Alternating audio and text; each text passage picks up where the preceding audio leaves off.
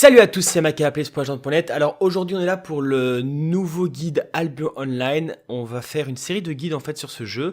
L'intérêt c'est que Albion Online c'est un de ces MMO assez particuliers qui ne vous prend tout simplement pas par la main. Il vous sort un nouveau personnage et il vous laisse un peu vous débrouiller dans l'environnement d'Albion. Ce qui peut être parfois un peu compliqué pour les joueurs sans découvrir ce jeu qui, je dois le rappeler, est assez sympathique. En tout cas moi j'y ai pris goût. Du coup on va faire un premier guide du débutant pour vous expliquer un peu les bases d'Albion, comment fonctionne le jeu, et par la suite on aura des guides un peu plus avancés pour optimiser le développement de votre crafting, le développement de votre personnage, etc. Parce qu'il y a beaucoup de choses à faire et beaucoup de choses à bien faire pour pouvoir avancer correctement et ne pas perdre du temps. Donc on commence simplement par une création de personnage très simple. Vous créez votre personnage comme vous voulez. On s'en fout un peu en fait au final du perso. Il doit vous plaire, il doit vous plaire. Et on arrive dans le monde d'Albion. Voilà. Alors, chose importante à savoir, il y a 5 zones de départ dans Albion Online. Et en fait, quand vous créez un personnage, votre zone de départ est affichée ici. Voilà. Et nous voilà du coup sur l'île de départ. C'est une espèce d'île qui va vous permettre de faire un petit tuto pour apprendre un peu les bases du jeu. Donc par exemple, ici, vous voyez en haut à droite, vous avez votre barre d'objectifs qui vous dit que vous devez collecter 3 troncs bruts. Ici en bas à droite, vous avez les maps, la map du monde qui est ici, donc qui vous permet de voir le monde d'Albion. Les étoiles que vous voyez là, ce sont des zones de départ. Les petites maisons simples ici que vous voyez, c'est des villes de départ, donc c'est des villes assez petites. Et les grosses maisons ici, ce sont des capitales. Voilà, des capitales du coup qui regroupent un grand ensemble de maisons et de personnages. C'est là que vous allez commencer à aller une fois que vous aurez un peu évolué. Vous avez la carte locale aussi, la carte locale qui vous permet en fait de savoir ce qu'il y a autour de vous. Alors ce que vous voyez ici, ce sont des ateliers. Là vous avez des établis par exemple. Sur ces ateliers, vous voyez en haut de l'atelier, le tiers de l'atelier, je vous expliquerai par après ce que ça veut dire, mais en gros ça vous permet de savoir jusqu'où vous pouvez crafter, le maximum que vous pouvez crafter à cet atelier. On va le découvrir tout de suite.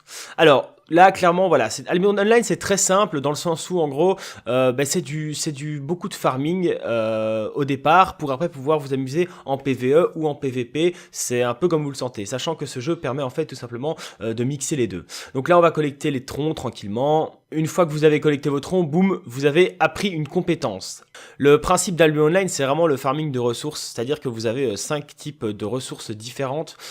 Vous avez en fait, comme je peux vous montrer dans certaines zones, 5 types de ressources. Vous avez du bois, de la pierre, du cuir. Alors le cuir s'obtient en dépeçant des animaux que vous avez préalablement tués, du coton on va dire, et du minerai. Voilà. Alors ces ressources existent en tiers. Donc elles vont du tiers 1 jusqu'au tiers 8 de mémoire. Désolé si je dis une bêtise. Et à partir du tiers 4, vous avez des divisions dans ces tiers où vous passez au tiers 4.1, 4.2, 4.3, et puis etc. 5.1, 5.2, 5.3, voilà. Bref, en gros, votre but, ça va être tout simplement de farmer les tiers les plus bas pour pouvoir après avoir les compétences pour aller farmer des tiers un peu plus haut, etc., etc. Sachant que ces tiers définissent le stuff que vous pouvez porter, étant donné que par exemple pour avoir un stuff, pour évoluer de stuff, de passer d'un stuff T3 à un stuff T4, eh ben, il vous faudra farmer du stuff T3 pour avoir la possibilité d'avoir la compétence T4, mais ça on en parlera un peu plus tard. Alors là voilà, j'ai chopé mes pierres et mon bois, je vais pouvoir aller à l'établi qui est ici, c'est très simple, c'est de nouveau un petit clic gauche, hop, et là vous avez en gros tout le crafting qui m'est disponible. Voilà, c'est toujours la même interface dans tout ce qui est artisanat. Vous avez la possibilité de crafter certains trucs qui sont généralement dans cette couleur, donc pas du tout, qui sont dans cette couleur normale quand vous pouvez les crafter, et qui sont rouges quand vous pouvez soit pas les crafter, soit pas les porter. Je vous montrerai, c'est un peu différent. Alors du coup là on me demande de crafter quoi? On me demande de crafter un couteau à dépecer. Ce couteau à dépecer va me servir à quoi? Il va me servir tout simplement à pouvoir dépecer des animaux. Voilà, faut savoir que pour farmer des ressources, il vous faut l'équipement qui suit. Hop, voilà. Là, j'ai mon truc et je vais aller du coup tuer un lapin ou une marmotte. Bah, allons tuer cette petite marmotte. Wow, me voilà chasseur débutant et j'ai récupéré de la peau de bête. Je vais continuer comme ça et on se voit juste après. Alors là, on me demande de fabriquer une veste du mercenaire. De nouveau, pareil, hop, je vais dans mon stuff, mercenaire du débutant, fabriquer. Et voilà, vous avez votre petite veste qui est portée, vous êtes plus nu au moins, c'est déjà pas mal. Maintenant il va falloir fabriquer une épée large du débutant, et pour cette épée large, il va falloir de la pierre et du bois, histoire d'être un peu stuffé. Une fois que j'ai fabriqué mon épée, il suffit tout simplement de la mettre dans mon stuff ici, voilà. Alors, l'intérêt de Albion Online, c'est que vous n'avez pas de classe en fait. Votre classe et vos attaques en fait dépendent du stuff que vous portez. C'est-à-dire que par exemple ici en ajoutant ce TP, si je clique dessus, vous pouvez apercevoir que je peux choisir un sort. Voilà, je peux choisir entre deux sorts. Je vais prendre celui-là qui est une frappe du débutant et qui va en fait s'installer ici en bas dans ma barre. Pour avoir des attaques, c'est très simple. Il vous faut une première arme ici et soit un bouclier, un livre ou alors une arme à deux mains qui prend les deux emplacements et qui vous donnera un choix dans les attaques. Tout simplement. Vous allez voir qu'en fait vous avez aussi la possibilité de choisir des sorts ici au niveau de votre armure de tête, de torse et de jambes. Ces trois sorts sont plutôt des utilitaires qui vont un peu vous dépendre qui vont vous permettre en fait de vous orienter plutôt support, plutôt tank et plutôt DPS. Voilà, c'est des utilitaires qui vont vous aider dans votre choix de classe. À savoir que au niveau de tout ce qui est outils pour pouvoir farmer, vous pouvez les déposer juste dans votre inventaire comme ceci. Ça fonctionne tout simplement de cette manière-là. Vous laissez votre couteau à dépecer par exemple dans votre inventaire et vous pouvez toujours, comme vous voyez là, vous pouvez toujours aller dépecer une marmotte. Il n'y a aucun souci. Hein. Maintenant qu'on a réussi ce premier tuto, on va devoir se rendre vers la ville, mais vous pouvez déjà apercevoir par la droite que j'ai quand même des objectifs qui sont ajoutés. Alors ces objectifs sont assez simples. Hein. Raffiner des ressources de palier 2 et obtenir de la renommée. Tuer des créatures, obtenir de la renommée, collecter des ressources de palier 2 et obtenir de la renommée. Alors voilà, le jeu fonctionne sur le principe de la renommée, sur le principe du farming pour vous faire évoluer. Attention messieurs, dames, ici à droite vous avez le panneau du destin. Qu'est-ce que c'est que ce truc, les gars? Alors, comme je vous le disais préalablement, si vous voulez augmenter votre stuff, aller farmer des ressources d'un tiers plus haut, vous allez devoir préalablement farmer le tiers plus bas en fait. Pour vous donner un exemple tout simple, on va prendre ici. Alors, vous voyez ici par exemple que pour devenir collecteur en herbe, c'est le truc que je n'ai pas encore. Vous voyez 0 sur 1, c'est indiqué, je ne l'ai pas encore. Si je veux avoir accès à ceci, il faut d'abord que préalablement je débloque ceci. Donc, je vais aller remplir les conditions, c'est-à-dire collecter des ressources de palier 2 et obtenir 0 sur 240. À partir de ce moment-là, ces zones-là vont être débloquables et ces zones-là, en fait, par exemple, vont me demander de collecter du calcaire, qui est une ressource de palier 2, pour ensuite, en fait, comme récompense, pouvoir utiliser la masse du compagnon. Alors, la masse du compagnon, c'est la masse T3. Cette masse T3, du coup, vous permet d'aller crafter, d'aller farmer tout ce qui est T3 en matière de pierre, donc uniquement de pierre. Vous voyez, je pense que vous voyez maintenant comment ça évolue. En fait, au plus vous farmez, au plus vous débloquez du nouvel équipement qui vous permet d'aller farmer les tiers plus hauts. Ces outils vous permettent de crafter des objets de plus en plus haut petit à petit. Voilà.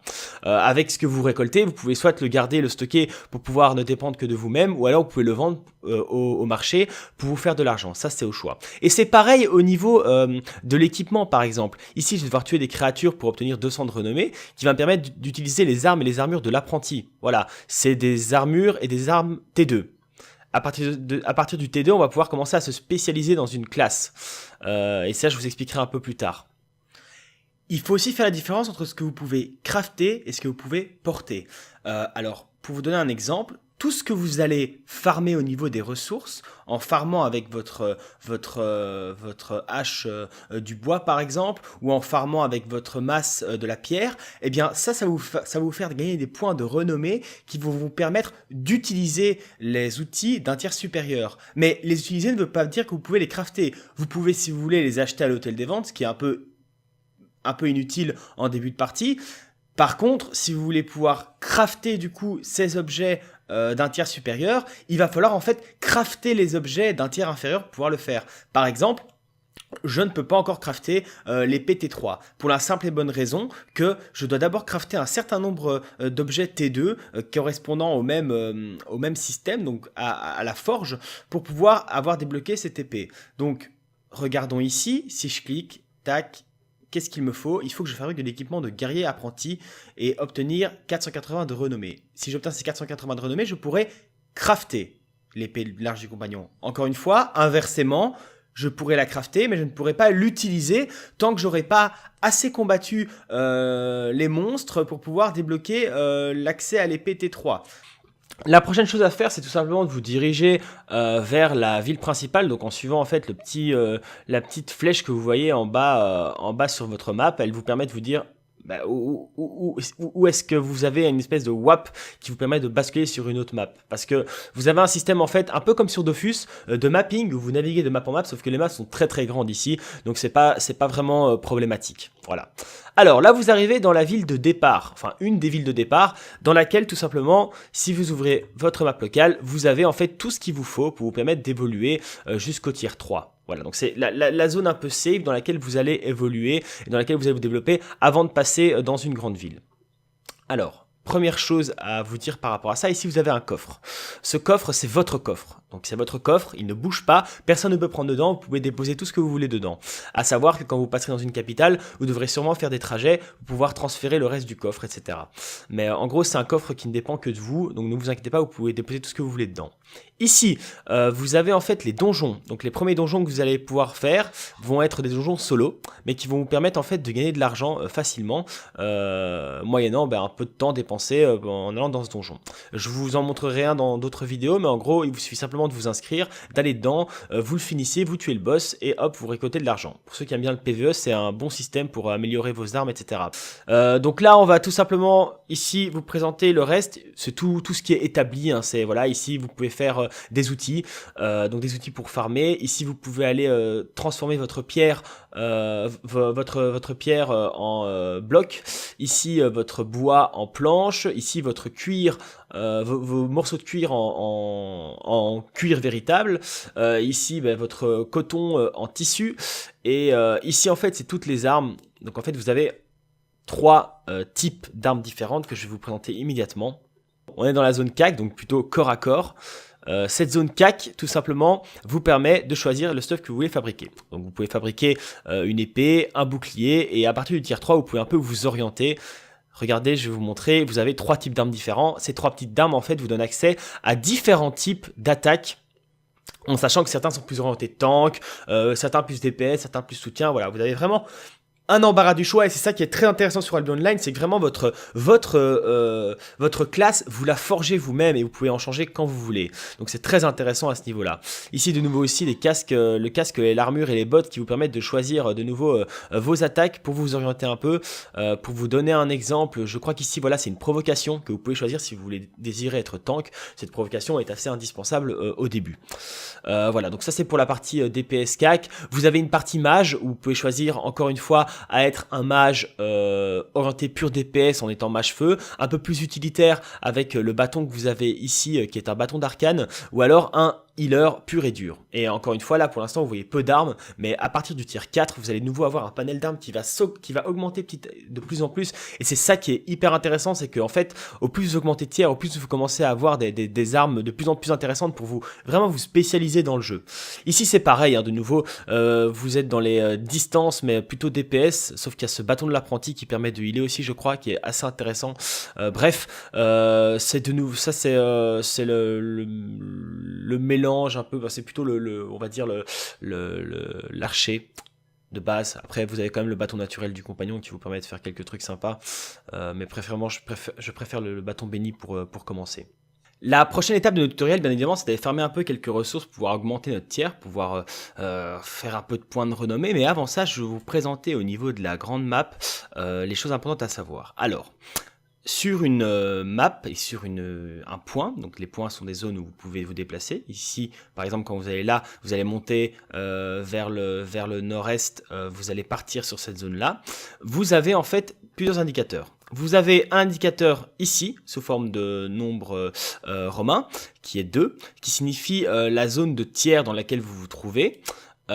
Ici, vous avez un carré qui peut être de différentes couleurs. Il peut être bleu, il peut être jaune, il peut être rouge ou il peut être noir. Alors, en tant que débutant, je vous conseille de ne jamais aller en zone rouge. Alors, les différences sont telles que la zone bleue c'est une zone totalement safe, c'est-à-dire que c'est une zone tranquille, il peut rien vous arriver, vous vous battez contre des monstres, il y a des joueurs, on s'en fout, tout le monde va bien, tout le monde est heureux.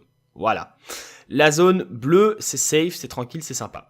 La zone jaune c'est une zone en fait où il commence à y avoir du PVP. Mais dans ce PVP, en gros, si vous mourrez dans une zone jaune, il peut rien vous arriver de grave. Je veux dire, il va rien vous arriver de fou, vous ne risquez pas grand chose, et il y a vraiment pas beaucoup de PVP dans les zones jaunes, surtout celles qui sont proches des capitales, comme ici par exemple. Donc vous pouvez vous aventurer dans les zones jaunes sans trop de problèmes, il n'y a pas de souci. Évitez les zones rouges, de toute façon ces zones sont assez éloignées et au début de partie vous en aurez difficilement accès. C'est des zones assez compliquées où il y a beaucoup de PVP, où vous allez vous faire tuer. Je rappelle que dans Albion, quand vous mourrez, donc quand vous mourrez vraiment, quand vous cliquez sur le bouton mourir, vous perdez votre stuff, et dans les zones rouges par exemple, vous n'avez pas le choix, vous mourrez c'est une fois. Dans les zones bleues et les zones jaunes, si vous mourrez, c'est pas grave, vous pouvez vous relever après un certain temps. Par contre dans les zones rouges, dans les zones noires, vous mourrez quoi, voilà, c'est triste. Et on est tous malheureux. Donc voilà, ne vous aventurez jamais dans les zones rouges, restez dans les zones bleues pour débuter, et puis après dans les zones jaunes. Donc, dans ces zones, vous avez plusieurs choses. Ici, par exemple, vous avez des petits trucs qui ressemblent un peu à des nénuphars, moi je trouve. Mais bon, c'est un icône de clairière. Ça vous donne en fait un espèce de faux donjon dans lequel vous pouvez aller. Aux alentours de ce donjon, il y a des monstres et dedans, il y a quelques monstres à tuer plus un boss. Voilà, ça vous donne de la renommée, ça vous fait farmer un peu de l'argent, etc. Dans ces zones, en haut à droite, vous pouvez voir les ressources qui sont disponibles. Là, on peut voir en fait qu'on a accès à du bois, à de la pierre et à du minerai T2 à T3. Donc vous ne trouverez rien au-dessus, vous ne trouverez pas de T4 là-dedans. C'est parfait pour nous parce que c'est exactement ce qu'on cherche. On doit farmer du T2 et du T3. Donc pour nous c'est parfait et c'est là-dedans qu'on va s'orienter. À savoir que par exemple ici à gauche, vous aurez plutôt du bois, du cuir et du coton. Donc c'est là qu'il faudra aller si vous voulez farmer du cuir. Du cuir et du coton. Voilà, je suis retourné sur l'île du débutant, j'ai été chercher des ressources T1 et j'ai pu me crafter ici, donc au fabricant d'outils, j'ai pu me crafter ces petits trucs. Voilà, regardez, ils sont juste là, ils ne demandent pas beaucoup de ressources. J'ai pu me crafter du coup la masse de pierre, la faucille, la pioche et la hache. Alors, ce que vous voyez ici, le petit bouton de coloré ici, alors c'est l'indicateur de durabilité. Au plus votre équipement perd en durabilité, au moins il va avoir de puissance. Donc ici vous avez une puissance de l'objet. Cette puissance elle va diminuer à partir de certains caps de durabilité. Quand votre durabilité va devenir jaune, donc à partir des 70 ou des 60%, je ne sais plus, eh bien vous allez perdre de la puissance et du coup vous allez mettre plus longtemps à ramasser des ressources par exemple. Maintenant, on va aller tout simplement farmer un peu. Vous allez voir, c'est très simple. Je vais vous montrer un peu comment ça fonctionne et ensuite on ira. Et ensuite, à mon avis, ce sera à la fin de la vidéo. Voilà, ici je suis devant une ressource, je vais cliquer dessus et bam, c'est du T2. Donc je vais commencer à farmer ce T2. Vous voyez qu'on a 9 sur 9 et en fait là ça se farme par 3. Au plus vous allez monter de tiers, au moins il y aura de ressources disponibles et au plus ça prendra de temps. Donc c'est vraiment, au plus vous avancez dans le jeu, au plus ça devient compliqué de farmer, etc. Donc ouais, ça c'est assez chiant. Vous pouvez toujours continuer pour l'instant à farmer les ressources T1 qui vous seront encore un peu utiles pour gagner des points de renommée et pour pouvoir passer au tiers supérieur. Sachez que quand vous farmerez, vous devrez souvent continuer de farmer les tiers précédents. Ils sont nécessaires en fait au crafting des tiers supérieurs. C'est ce que je vous montrerai plus tard. Ici, vous avez un monstre qui m'attaque, et bien vous avez vos attaques ici qui permettent de le battre.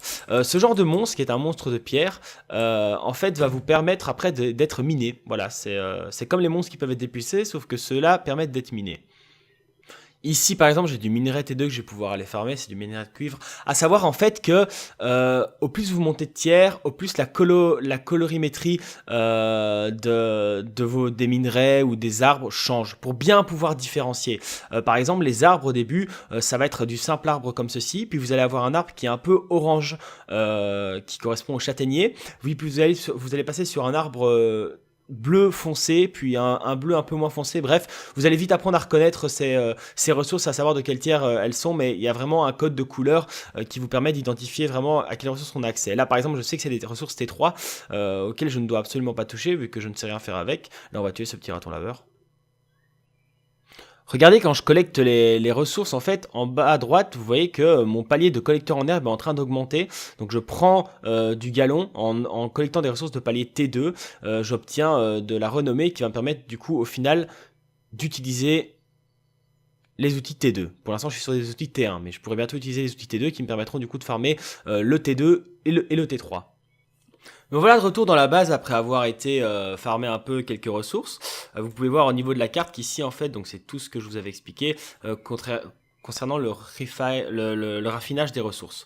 Première chose à savoir aussi, quand vous allez rentrer de votre expédition, vous avez farmé vous avez farmé pas mal de ressources, donc usez vos outils. Rendez-vous ici sur la station de réparation pour faire réparer vos outils. Un simple clic sur tout réparer vous permet de réparer tous vos objets, d'avoir une durabilité maximum. C'est très important de le faire à chaque fois que vous rentrez d'expédition, sinon vous pourriez perdre en quantité de ressources que vous chopez et ça vous prendrait plus de temps, etc. Donc c'est un peu moins intéressant.